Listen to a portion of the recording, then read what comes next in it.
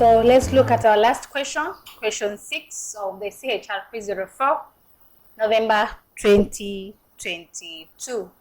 And question 6A says, in one of the exit interviews, an employee cited lack of work-life balance as a reason for exiting the company.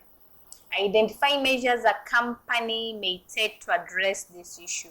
Remember, in our lessons, we discussed work-life balance and what are some of the things managers within the organization will embrace in order to strike a balance between work and life, because that is a challenge that most employees are really struggling with.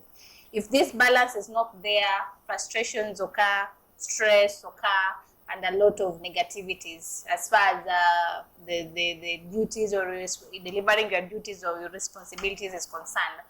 And so managers have the mandate to look for measures to ensure that such kind of a balance is always attained, to ensure that employees will not leave the organization basically because there's lack of work and life balance within the organization. So what are these measures that a company may take to address the issue of work-life balance? Number one, offer flexible and remote working. Offer very flexible and remote working. When you talk of flexible and remote working, we mean let the employee plan for himself. Let the employee know what is expected to achieve and ensure he achieves, irrespective of the work, of the working hours, irrespective of the place where he or she does. So offer a flexibility and a remote way of working. Let the employees plan for themselves.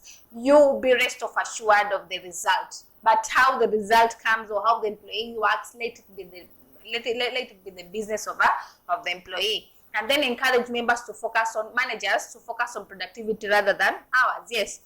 Now, normally, we have those policies in organizations where an employee should come from 8 to 8 and achieve a certain task. But sometimes you might be able to achieve this task even in less than those hours. So what happens to such an employee? And that is why managers are encouraged to focus on productivity. If this person has been productive for this day, if what I was supposed to achieve in this day is achieved and it's well done and it's marvelously done or excellent done, then basically give this person some free time to go and also do his issues concerning his life, concerning his family, and so on. So encourage managers to only focus on the productivity rather than the hours, and then also encourage breaks in between the working hours. Do you have tea breaks? Do you have lunch breaks? Do you have some stretching breaks, something like that? Encourage breaks for employees so that they cannot be overwhelmed with a lot of duties or with a lot of work within the organization.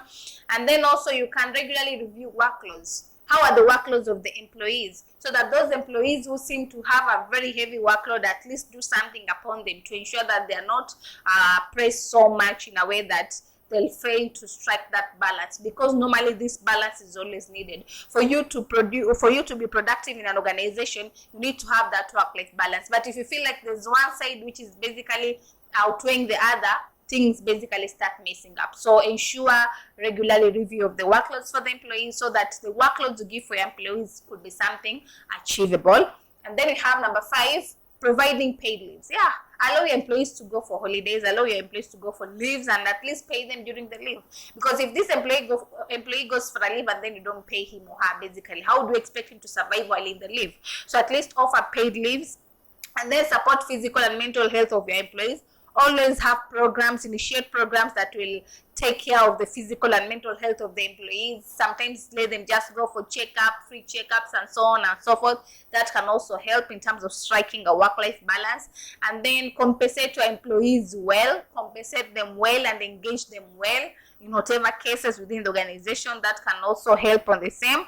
And also always have time-to-time feedbacks and work and life balance surveys. Let employees tell you what they're experiencing. Let them basically give you feedback and act accordingly. So that is those are some of the measures the company could use to maintain work-life balance, to reduce the rate at which people exit the organization. And then our last part of the question, which is question 6B, is explain the key consideration in constituting a team.